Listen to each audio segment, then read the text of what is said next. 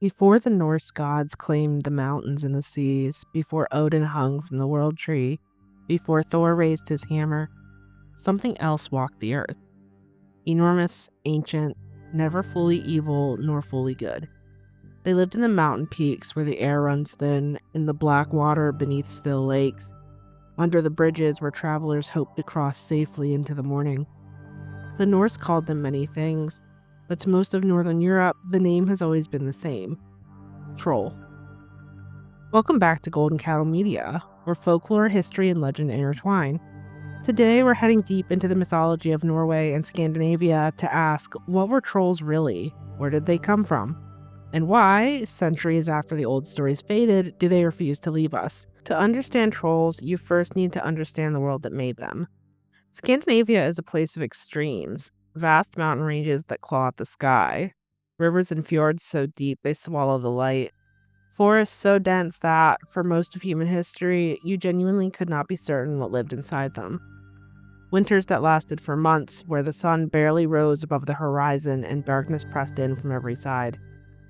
For the people who built their lives here, the Norse, the Sami, the early Scandinavian farming communities, the natural world wasn't just beautiful. It was powerful, unpredictable, and deeply dangerous. They needed ways to explain it, to give shape to the chaos, and so they did what every culture on Earth has done. They told stories. In the Old Norse world, the closest concept to religion was a word called the Seether, meaning simply custom. There was no hard line between myth and daily life. The stories of gods and monsters weren't separate from reality, they were reality. And at the heart of those stories, older than Odin, older than Thor, older than the gods themselves, were the beings we now call trolls. The earliest and most powerful category of troll-like beings in Norse mythology are the Jotnar, the giants, also known as the Jotun. These were not creatures that appeared after the Norse gods. They existed before them. In Norse cosmology, the world itself was built from the body of a slain giant named Ymir. The Jotnar are, in a very real sense, the fabric of existence. They weren't simply evil, they were disorderly, forces of chaos standing in contrast to the structure the gods tried to impose on the world. Different clans of Jotnar governed different forces of nature. The Bergrisar, or mountain giants, the Eldjutnar, the fire giants, and the Hrimthusar, the frost giants, perhaps the most feared of all. These were beings of immense primal power, and yet the Norse saw them not as purely monstrous, but as necessary. The acknowledgement of chaos, of unpredictability, was woven into Viking culture itself. Then Christianity arrived. As the church spread through Norway and Iceland from the 11th century onward, the Jotnar were gradually recast. Their ambiguity was stripped away. They became stupid, savage, cannibalistic, demons wearing the masks of old gods.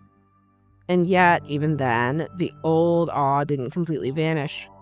In Sweden, a Jotun named Jotnar is credited with building one of the country's most important medieval cathedrals, the Cathedral of Lund. Inside that cathedral, 2 stone statues are said to be the petrified remains of the giant himself. The church tried to bury the old world, but it couldn't quite finish the job. But the Jotnar were only the beginning. As these giants were slowly reimagined, the whole new family of trolls filled the landscape beneath them. The mountain troll, or Fjelltroll, is perhaps the image most people picture when they hear the word troll. Enormous, ugly, often with multiple heads, and according to legend, the more heads, the more powerful. Some were said to have as many as 12. They had eyes, the old stories tell us, the size of plates. They could smell the blood of a Christian man from miles away. They hoarded gold and silver in their mountain caves, and if you were foolish enough to anger one, truly anger one, the mountain itself might respond. Avalanches, earthquakes, the earth shaking as if something very old and very large had finally had enough. These stories weren't just entertainment. In a country where mountains dominate the landscape and avalanches genuinely kill people, giving that force a face, a name, a personality, made the fear manageable. You could reason with a story in a way you couldn't reason with a rock slide. And if the mountain troll couldn't be reasoned with, it could at least be outwitted. Characters like Askeladden, the young underdog hero of Norwegian folk tales, regularly bested trolls through cleverness rather than strength. In a world with very little power, that message mattered. The mountains were dangerous, of course, but the forests held a different kind of threat entirely. The Skog's troll, or forest troll, was smaller than its mountain cousin, but arguably caused more everyday trouble. Where mountain trolls were forces of destruction, forest trolls were forces of disruption. They lurked along forest paths, waiting for lone travelers. They played tricks, they misled, they made you question which way was home. In medieval Scandinavia, the forest was not a park. It was a genuinely lawless space, beyond the reach of community, church, and law. Dangerous animals, real bandits, the genuine risk of getting lost and never coming out again. To place a mischievous creature in that space was to name the real anxiety people felt every time they left the settlement. Interestingly, the very first recorded troll encounter in the Prose Edda, the 13th century text compiled by the Icelandic scholar Snorri Sturluson, takes its place in a forest. The poet, Bragi, meets a troll woman at night on a dark road.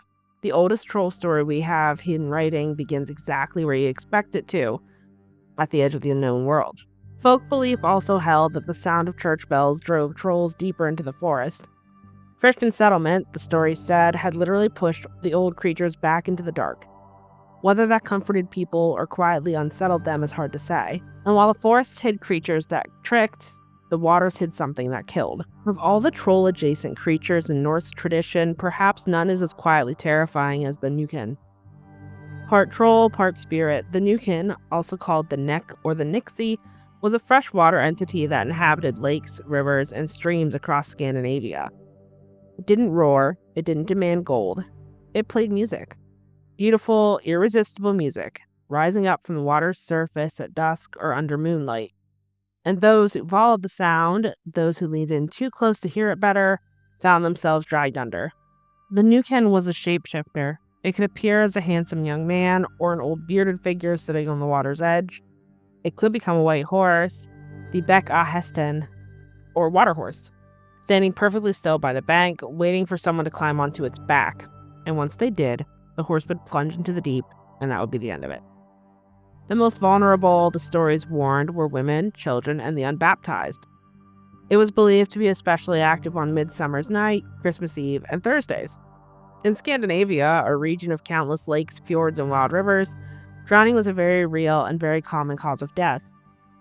The Nøkken gave that death a shape, and in doing so, it gave parents a way to warn their children, don't go near the water alone, don't trust the music, don't trust the horse. While the water held its secrets, the most famous troll of all was waiting somewhere far more mundane, under a bridge. The Brukhol, or bridge troll, is the troll most of us met first, usually in childhood. It sits beneath a bridge, it demands a toll, and it can be outwitted.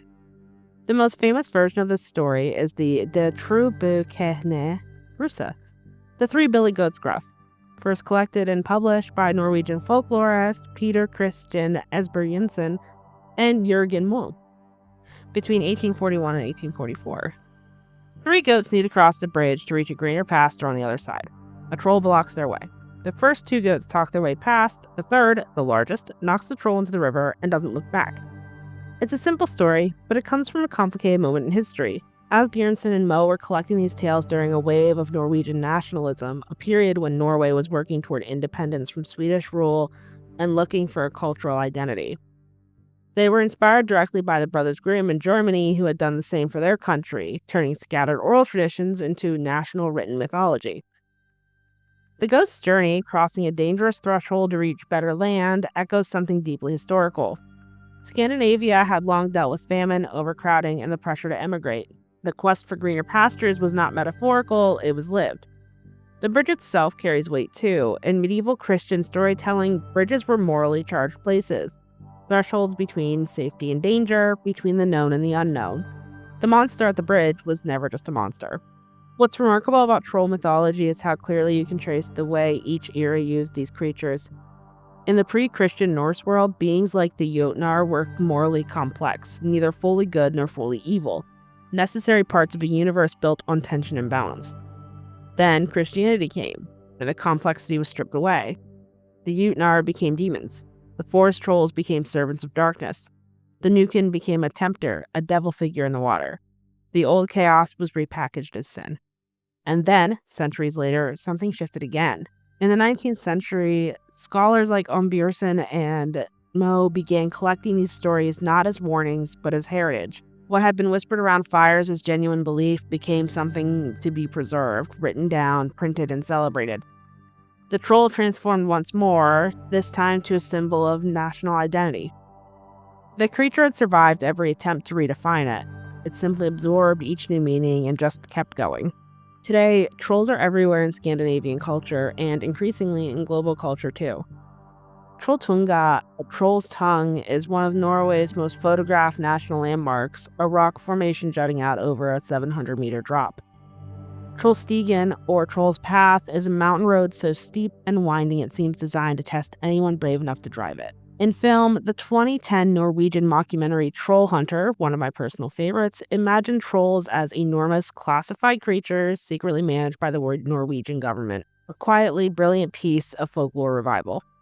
More recently, Netflix animated Trolls franchise and Del Toro's Troll Hunter series have introduced the mythology to entirely new generations. And in gaming, literature, and fantasy art, the troll has become a staple, usually filtered through Tolkien and D&D, but always tracing back, if you follow the thread, to Norway, to the mountains, to the water, the dark at the edge of the forest. So what were trolls really? Part of the answer is practical. In a landscape that's dramatic, that's genuinely dangerous, you needed stories to explain the avalanche, the drowning, the traveler who went into the forest and never came out. You needed a reason for the chaos. But I think there's another answer too. Every culture has its trolls, its giants, its creatures in the water and the dark, beings that embody the things we can't control. The size of the world, the indifference of nature, the fear that something out there doesn't care whether we survive. The Norse called them Jotnar, they called them Nøkken, they called them Fjelltroll and Brokkol. What they were really describing was this. The world is older than we are. It was here before us, and some part of it, some enormous, ancient, unimpressed part of it, will probably be here after us too. Maybe the troll isn't the monster at the edge of the map. Maybe it's the map itself. What do you think? Are trolls simply warnings dressed in mythology, practical tools for keeping children away from rivers and mountains? Or is there something deeper in these stories? Something that survives because it touches on a fear we never quite let go of? Let me know in the comments. I genuinely want to know what you make of it. If you enjoyed this journey into Norse folklore, please like the video. It really does help the channel more than you'd think. And if you want more stories like this from history's strangest corners and folklore's darkest edges, subscribe to Golden Cattle Media. We'll be here, somewhere between myth and memory. Until next time, history remembers, but folklore never forgets.